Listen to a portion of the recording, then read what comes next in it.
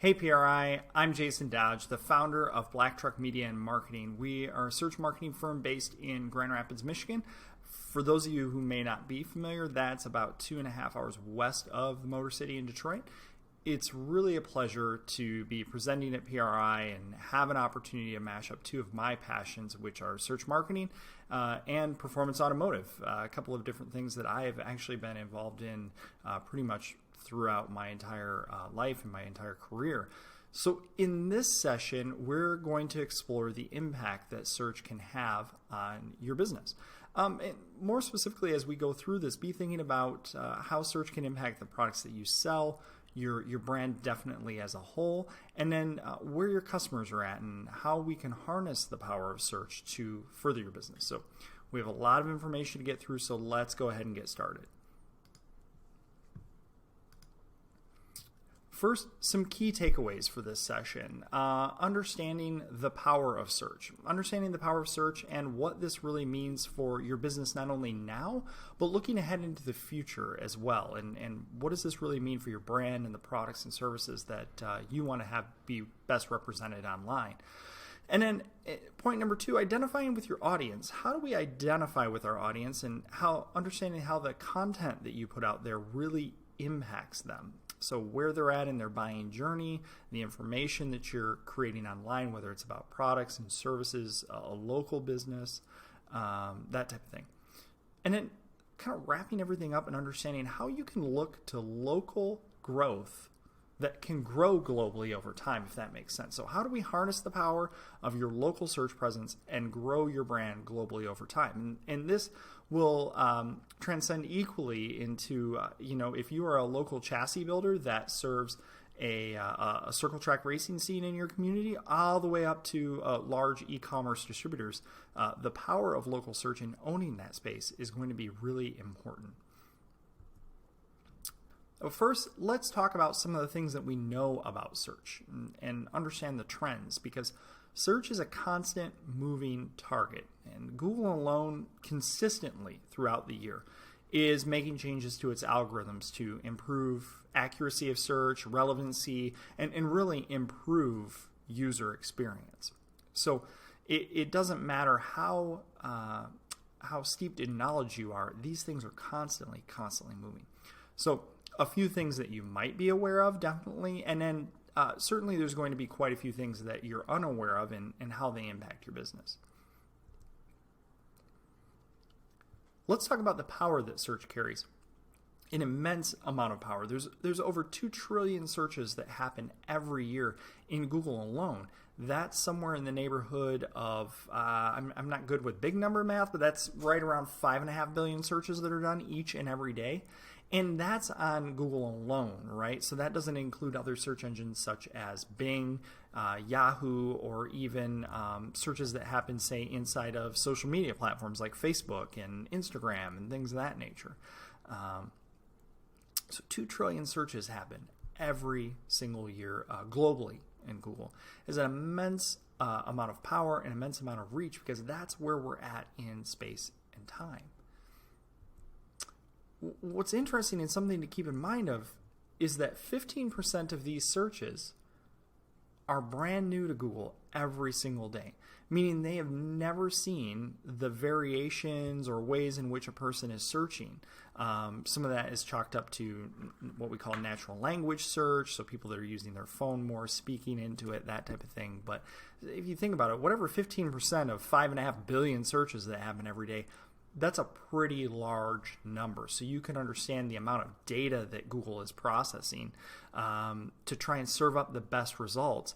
That's why these things are a constant moving target and not necessarily easy things to accomplish in terms of moving rank and making huge waves online. But incrementally over time, you definitely can win business here. Mobile dominates search. Over 60% of searches now are done on a mobile device because of that device that we carry around with us all the time. What's interesting about that is 50% of those searches, if anything, that's grown exponentially more so in 2020. 50% of those searches have a strong what we call local intent, and those are the searches that are the near me, by me. So restaurant near me, restaurants in Los Angeles. Maybe I'm looking for an engine tuner, so I'm looking for an engine tuner in Indianapolis, that type of thing. That's what I mean by local intent. So mobile dominates. In fact, we're also in the era of what we call the mobile first index. This happened probably about almost 2 years now, where Google rolled out an index, or the way in which they organize the information online, to be more representative of its people, of the people using it. If we know that the majority of people are using search on their cell phone, we need to have an index or way that we display that. You could launch a brand new site tomorrow with a new domain, and it would never be in the old index, the old desktop index. So Google is very much in this mobile first world, and that's how we want to make sure that we're viewing both our search presence as well as the experience of our websites. So if we have a poor mobile experience, odds are your users are going to have a poor experience, which also means Google's going to have a poor experience. So what's the biggest reason for all of this push in this mobile world, and also the push for the activity that we see in Google that I was talking about earlier? The biggest reason is that we're programmed to go to Google to seek the things that we want, to seek answers to our questions, solutions to our problems. You see, Google is 21 years, 22 years old almost at this point, so it's very mature. And it's migrated far away from what we used to call it as 10 blue links. Google is almost less of a search engine now, and it's more of what I like to call it an answer engine. Again, a lot of that push is because of the device that we carry in our pocket. You know, it used to be we would go and grab a book off the shelf if we wanted to know how to convert something, if we needed to know what tap or die to use and what drill combination. But now we can just simply Google that, right? So we use Google as an answer engine to seek out solutions to our everyday problems. And a lot of this is built off of trust. Yes, this is an old stat. This goes back to 2017. So in the world, I guess in the internet world, this is an old stat if we quote something that's a few years old. But for the first time since 2014, we see search surpass social, so social media channels, as the number one referrer of traffic to our sites. So looking at major brands, the hype of social media has really been surpassed by the traffic that we get from search engines. And the biggest reason is trust. Obviously, there were some things that happened in 2016, and we kind of see that happen again here in 2020 with elections and maybe people getting a little overwhelmed with social media and things of that nature. So I'm not going against social media. It definitely has its time and place and should be a part of your mix and your digital strategy. But what's important here is to understand, again, the power that search has and how much we really, really trust it. To the point that 53% of individuals research online. They start their research process online. I don't know about you, but I think most of us can relate in many situations where if we want to learn about something, the first thing that we do, again, is we pick our phone up and we look. If I happen to be sitting down in front of my laptop, I pull up my browser and I start to do some research. And again, that goes back to the fact that we are trusting search more and more than we ever have. And across different demographics and psychographics too, depending on the type of buyer, depending on the age and things like that. The data shows that we trust Google to present us with information that we need. What's even more interesting about this is that 40% is the stat that stands out that search accounts for purchase influence.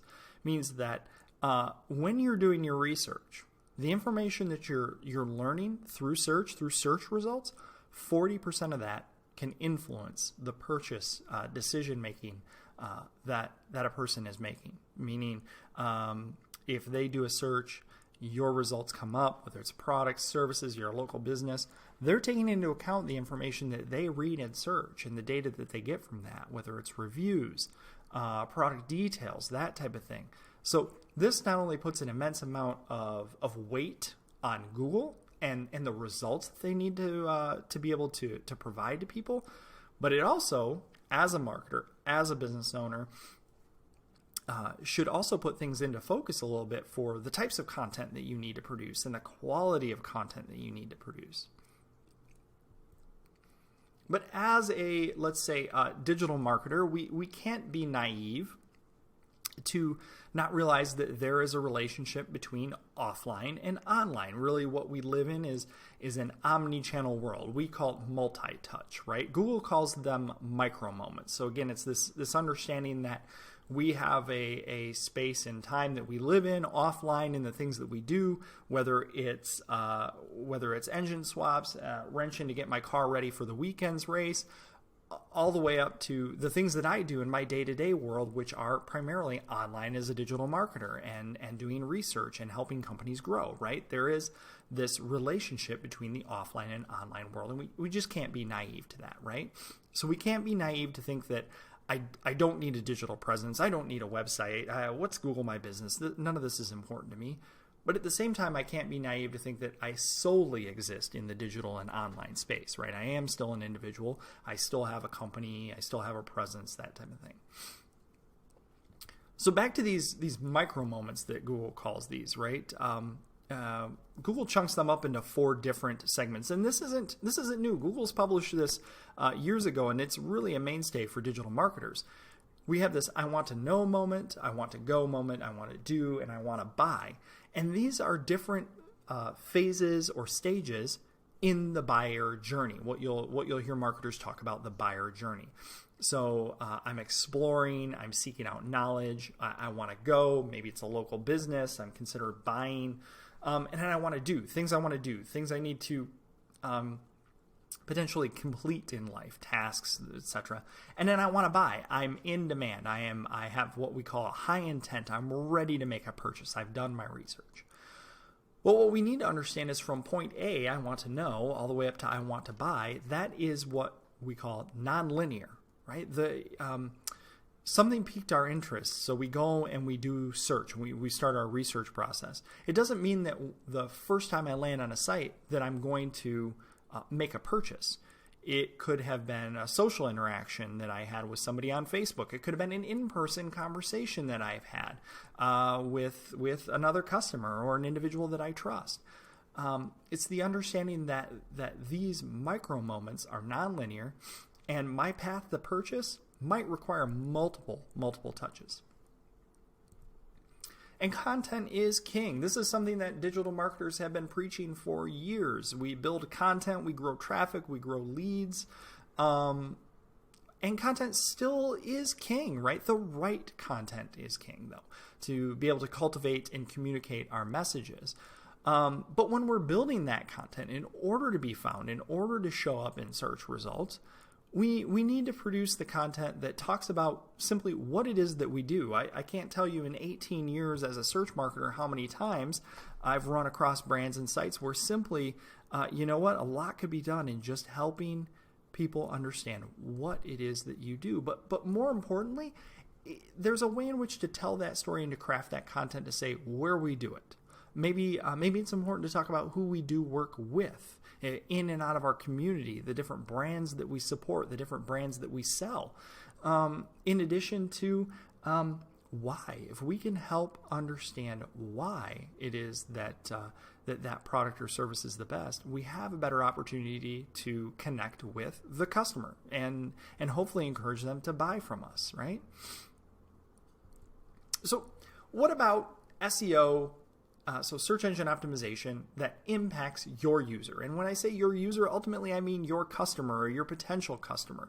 Because search, even 10, 12 years ago used to be all about what we refer to as content and links. We built content and then we got links to it, and that's how we won traffic, and that's how we won customers and grew sales online.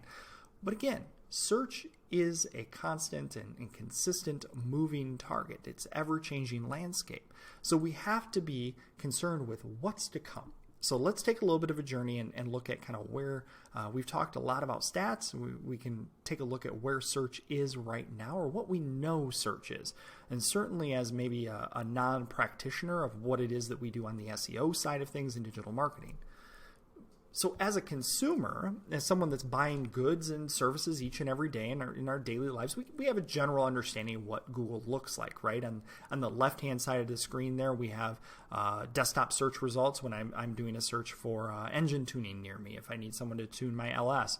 Or if I'm on a mobile search, this is a screenshot from my device on the right there. Very similar, right? It's very much this hyper-local world that we live in.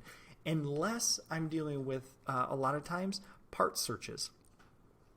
If it has something to do with a service such as this, and even sometimes products, I can tell you that the majority of searches out there have some what we call local intent. Again, near me, by me, or in a particular area.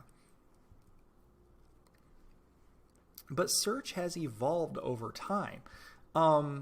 These screenshots were actually taken from probably 5 years ago, which is why I keep them around to use to make this point. See, the Google search results page used to look like this. Up at the top, we always had the top, usually it was 3 or 4, what we call paid search ads. These are known as Google ads. These are search, paid search, pay-per-click marketing ads. We had product listing ads on the right-hand side, or PLA ads. And then we get images in there, and then we start to get into the 10 blue links, right? So this is very indicative of what search was probably 7 to 8 years ago. When the reality is that 50% of searches now result in 0 click. They don't result in a click at all to your site. So if the only thing that you're looking at and measuring, whether you're a digital marketer that's steeped in data and looking at Google Analytics all the time, or you're a business owner that just wants to have an insight and understanding as to what's going on with your business online, you have to understand that 50% of searches result in no click to your site at all. So if you're looking at Google Analytics and you're wondering why your organic traffic has dropped, there may be a problem there.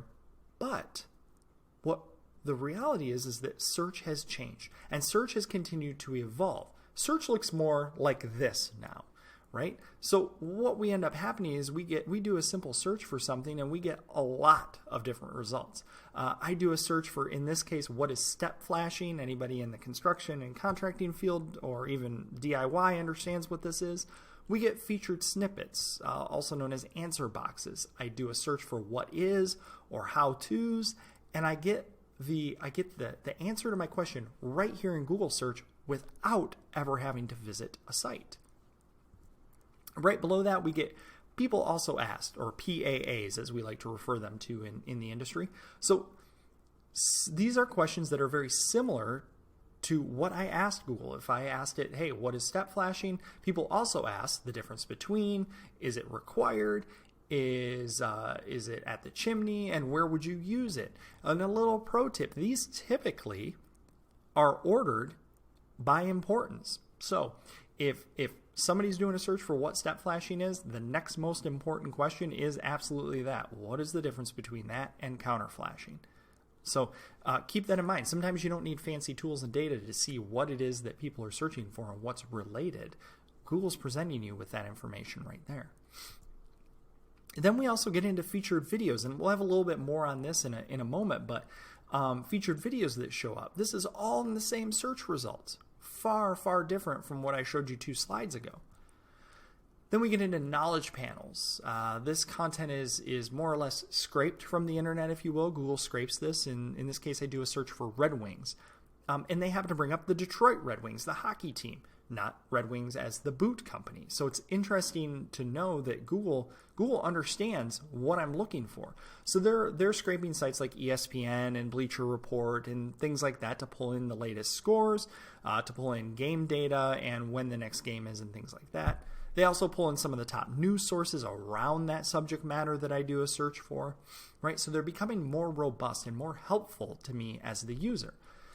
If I'm doing searches for near me, by me, or in a particular area, in this case, I had a trip come up to Denver and I was looking for restaurants in the downtown area, boom, it gives me a bunch of information. When you do that search, that same search, when you're on the ground in Denver, locally, you will get different results. So again, search has become much, much more robust.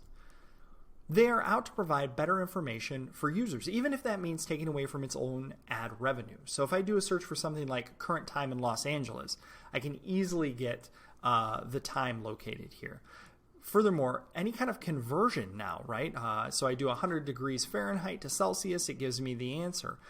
The reality is that if there is an easy way for Google to answer the question without taking the user away from their search engine, they're going to do that, even if that means sacrificing their own ad revenue. See, there's no ads on this site at all, on this search engine's results page. And then we get into the disruption. We talk about disruption to the hotel and travel industry, right? I call this Google Concierge. If I do a search for hotels in New York, there's an interface in here that allows me to choose the dates in which I'm going to travel. I can adjust it based on star rating, how much I'm willing to pay. They give me this great map feature. It's because Google looked at the results in the other sites that were out there, meaning the sites that they were supposed to index, and they said, man, this is a poor experience to our users. Let's provide the user with a better experience. So instead of sending them to the Travelocities of the world and Fandangos and things like that, we're going to keep them right here. This whole experience happens in Google right up to the point that I'm getting ready to book my stay. But it doesn't stop there. How about feature videos? Something as simple as how to ride a bike, something that we all know how to do. I do a search for how to ride a bike in Google. It pulls a video up. It fast forwards exactly to the point at which the gentleman starts talking about how to ride a bike. And this goes on, right? It's you'll see big brands like Lowe's and Home Depot dominating how to change a faucet, things like that, how to paint a wall, that type of thing. The same thing could be done and could be said and replicated for performance automotive. How-tos on brakes, how to identify a Dash 6 AN line, things like that. Nothing is stopping you in the performance racing world to do these similar things for your products, for your brand, to get notoriety. So, content is king, or is it?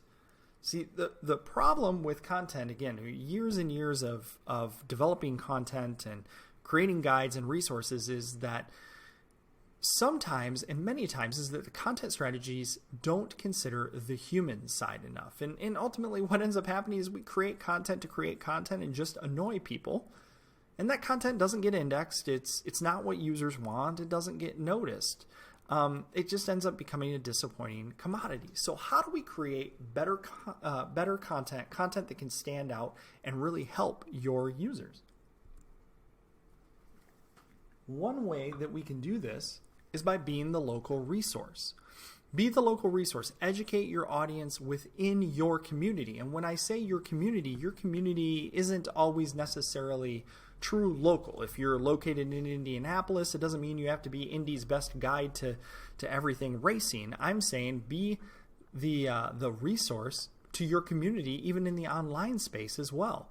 And be considerate of what it is that they're searching for, but most importantly, understand why they're searching for what they're searching for. Let's talk about this for a minute. The problem at the parts counter, I call it. Not all content is created equal. This is my own photo that I used as editor John McCann from Hot Rod Magazine produced a couple years ago. A really great excerpt on the issue with the parts store counter, and that not all parts stores are created equal. Well, not all content is created equal. And again, it's not a negative, but I view it as an opportunity.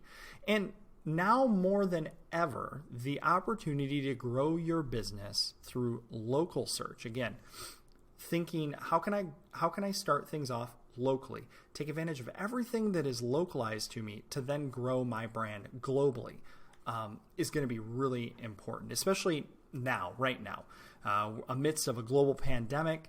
A lot of these trends aren't going to change. People are going to continue to research online. People are going to continue to look for ways in which they can support smaller businesses online, but also understand that you will be up against some larger players too. So you have to make sure you level up your presence online. But before you go reaching for what I say is the wrong tool, let's talk about the things that dominate. What are the things that you should focus on? How can you best use tools, and how can you best use data, and how can you take control of that conversation? So before you grab the wrong tool, let's walk through some of the things that you can control and can't control. Always starting with what I say is the negative, what you can't control. Two major things as it relates to local search: proximity and reviews. Proximity, because it doesn't matter what you do on your site or how great of a presence you have. The closest to the pin wins. If that person has their phone on them, in my case, and I'm in Grand Rapids, Michigan, and your business is located in Charlotte, North Carolina, if I'm searching for an engine tuner near me or an engine tuner, in general, odds are your site's not going to come up because of proximity. It's going to show me everything that's relevant to my region and my area. And then reviews, there's good and bad on reviews, right? But you can't control what people are going to say about you online. I'll share more on that in a bit and how we can coax people into it. But the reality is that I really cannot control what people are going to say about you. Now, what about the things that you can control? Ultimately, we can control things such as NAP, the name, address, phone number. Business categories, the categories that your business is placed in online, and how it's associated. Citations and links, especially at a local level. Aggregator sites and databases.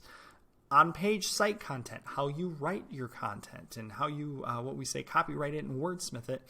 And then, yes, reviews. There is some things that I know I'll eat my words and said that you can't control it, but there are some things that you can control, and we'll get to that. Well, let's focus on NAP. What is NAP? The acronym NAP stands for name, address, and phone number. And these are found on citation sources. Citation sources, if you think back to school days, writing a paper, anything like that, you had to cite your source. Where'd you get your information from?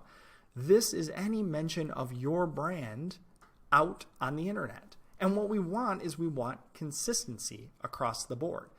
So when we're optimizing NAP, name, address, phone number, the areas are simple to focus on. The business name. Use your proper business name. Do not stuff it with keywords. Don't make it Black Truck Media and Marketing, the best SEO firm in Michigan. No, don't do that.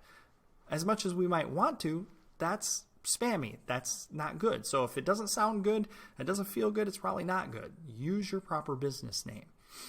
Address. Same thing. Use your proper business address, where you're servicing customers from, right? So whatever your brick and mortar location is, if you're a service area business, there's an option for that as well. Phone number, business phone number at that location. Additional elements such as hours of operation, your website URL, etc., those all apply as well. It's important to point out that if you have multiple locations, the same rules apply to each one of those locations. So if I have a location here in Grand Rapids, Michigan, I have one in Detroit, I have one in Charlotte, North Carolina, that type of thing, I want to make sure they are known specifically for that region. So it's Black Truck Media and Marketing Grand Rapids, Black Truck Media and Marketing Detroit, Charlotte, etc.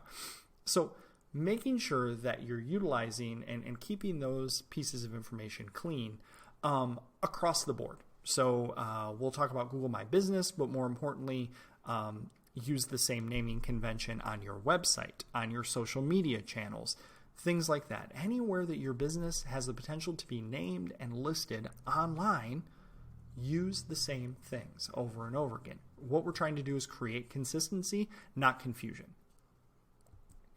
So what about Google My Business? Google My Business is your new homepage. So for those of you who are saying, hey, I don't need a digital presence, I don't need that robust of a digital presence, at least claim your Google My Business page. If 60% of those searches are done on a mobile device, again, that's more than many might realize. Again, 50% of those have a strong local intent. So even if you don't have a site, at least go claim your Google My Business listing. So you can see some of the things that are listed here. I used our company as an example, right? We get the name of the business, we get the phone number, we get the address in there, a link to the website, things of that nature. And if you're already working with someone on this, some of this might have been done. So if so, you want to check in on these things and see where they're at. If you're not working with someone on this, this is, call it a little bit of a choose your own adventure and a crash course in the things that you can do. So let's walk through the steps of claiming your Google My Business listing. And you'll hear me talk about this as GMB, Google My Business. Claiming your Google My Business listing is as simple as going to google.com/business. And step number 2, add location, right? And this is going to let you see if somebody has claimed it already, if it's published, if it's not, if it's pending, that type of thing. So the first course of action, google.com/business, add location. Search for your business. So main point, what is the name of your business? And this is where you start to see the different naming conventions. In this case, I'm looking for Facility Designs, which is based out of Fresno, California. So I do a search for my business. Request access if need be. In this case, that location was already verified by someone else. You can request access to it as a manager. There's a process to go through to be an owner, that type of thing. So in 4 easy steps, probably 5, 10, maybe 15 minutes, you can walk through to check and make sure that you and your company own your Google My Business listing. From there, optimize Google My Business. These are opportunities to win, quick wins, things that you can work on right now. You could take this, if anything you walk away from this is, okay, I've got to establish a presence on Google My Business, and here's some quick wins that Jason told me to go and look at. So again, if you're working with someone, this is going to help further your education. If you're not, hey, this is an opportunity to level up. The key areas to really focus on and to think about here are categories, photography, posts, Q&A, and reviews. The main areas that we're going to focus on for this session are categories, photography, and Google Posts, because these really are real simple areas that you can win and improve your Google My Business listing and your local search presence. First and foremost, categories. Use the proper category for your business. And the key point here is the primary category carries the most weight. So if you are a parts store, an auto parts store in this case, don't list yourself as an auto body shop. Don't list yourself as a mechanic. Don't list yourself as an auto repair shop if you don't do those things. If you are a body shop, make sure you list that first, right? And there are tons of categories out there. A lot of times what's being suggested for your type of business as you describe it will most likely be probably what comes up, but find the category that fits you the best. Again, if you are a mechanic, put that down as a mechanic. Don't put it down as an auto body shop. If you do some auto body work, it's okay to list that as a secondary or tertiary or third category, that type of thing. I believe you can add up to 5, so you can maximize that out and kind of diverse yourself a little bit more, but ultimately, you want to have that primary category as that main focus and feature in what you do.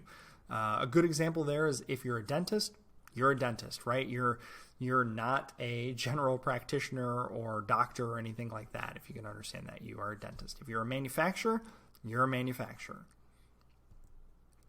Photography. Businesses with photos receive 42% more requests for driving directions. Driving directions, a lot of times I can tell you 70 to 75% of those interactions can be tied into some sort of revenue. Whether that's directions, phone calls, click-to-calls, everything off of this Google My Business listing. So you want to have that information up to date. You want to have photos there that capture my attention. I'm totally picking on Roush Performance here for a minute, right? Roush Racing. If they didn't have photos that showed me some really sweet Mustang, better yet, underhood shot of a supercharger, from my perspective, how do I know that that's legitimate, right? And actually, I'm going to tell you right now, Roush has a little bit of work to do here. But 42% more requests for driving directions, 35% more clicks to a website than a business that doesn't have photos. That's the immense power that photos can have on your Google My Business listings. We've even seen benefit that if you have some sort of seasonality to it, swap those out. Swap those out. If you have a focus on stuff for in the wintertime, swap them out. Nothing says that you can't do it. There's not a rule that says you can't have more, less photos, change them based on season, that type of thing. Make it specific to your audience. If you think about who might be searching for you, dial it into them. And this isn't something that you're updating every single week, so it's not going to take a lot of time. Google Posts. Use posts. So let's talk about what they are and what they're used for. Google Posts allow you to feature content, promotions, events, and things like that. This is additional information that could come up in the search results, specifically local search results. And Google pays attention to them. They're willing to highlight them in search results. So it's an additional information, additional real estate that you can take up for your brand and kind of own that piece of the conversation. And posts drive direct communication to your customers. Use them for things such as promotional efforts. Not so much on the social fluff that we might call it, like highlighting an employee or something like that. That's stuff that feels good. I get it, but you have a limited time and real estate to use. Posts expire every 7 days, if you will. But if you're running a 50% off sale, you have a Black Friday sale, that type of thing, you can put that here. If you are strictly more a digital based brand, nothing's stopping you from using posts to drive people to how-to content or Cyber Monday content. That type of thing can all be used in posts. You can feature products here, customer reviews, that type of information. Make use of this. It definitely works. Especially if your competitors aren't, this can give you a leg up on the competition. Switching gears a little bit, still sticking within that local realm of how we think locally and growing globally, reviews. Reviews are the new word of mouth. Simply put, reviews online are the new word of mouth. It's because 88% of your customers trust online reviews. So the first question you have to ask is, do I have reviews? How many of you have reviews? Because obviously people trust reviews, right? If 88% of people trust online reviews, as much as like a recommendation from a friend, that's where that information comes from, right? But it's also a good signal for local search as well. Google takes into account how trustworthy you are by the fact that you're getting reviews. And now they don't always necessarily want to see like 5-star reviews. In fact, most consumers don't even want to see 5-star reviews. Usually 4 to 4.5 stars is a sweet spot because that kind of shows that people are real, right? But guess what? If your shop has 0 reviews and the shop down the street has 2 or 5, where do you think someone is more likely to go? Are they going to go to the place that has more interactions and reviews, even if they're not all great? Or are you going to go to the place that has 0 reviews, almost as if nobody's ever been there before, right? So those are some things to think about. Do I have reviews? I know people trust them. Do I have them? So how do I go about getting those? Well, the biggest thing is you can't solicit. Do not solicit. These are the rules with reviews. Don't solicit, meaning you can't reward people for submitting reviews. If you have already been rewarding people for submitting reviews, then I guess maybe I can turn a blind eye to that. But it's bad for your business. It can get penalized, your site penalized on Google My Business and other sites if the powers that be find out about that. So just look, play it really above the board. You're going to ask for reviews, but don't solicit people for that, meaning don't incentivize them. Instead, give them what I call the path of least resistance. I love this photo. I think it's great because especially you see it on campuses, college campuses, and in public spaces where we pave these beautiful areas and then all of a sudden people just walk around. I almost think that they should just pave it afterwards, let people walk for a little bit. Provide people with the path of least resistance and a way to get there easily. Place reviews on pages within your site.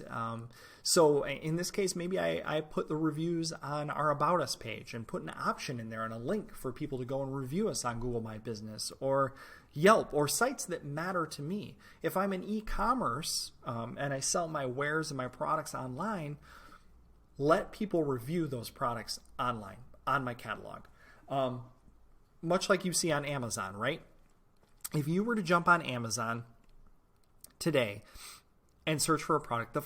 Your first interaction is find a product that's like what you're looking for. Your second interaction is going to go and see what people are saying about it. And we all have a good laugh over the positive and negative comments. And my best thing to do is to look at those reviews and see what people are like using them for in their non-intended use, if that makes sense.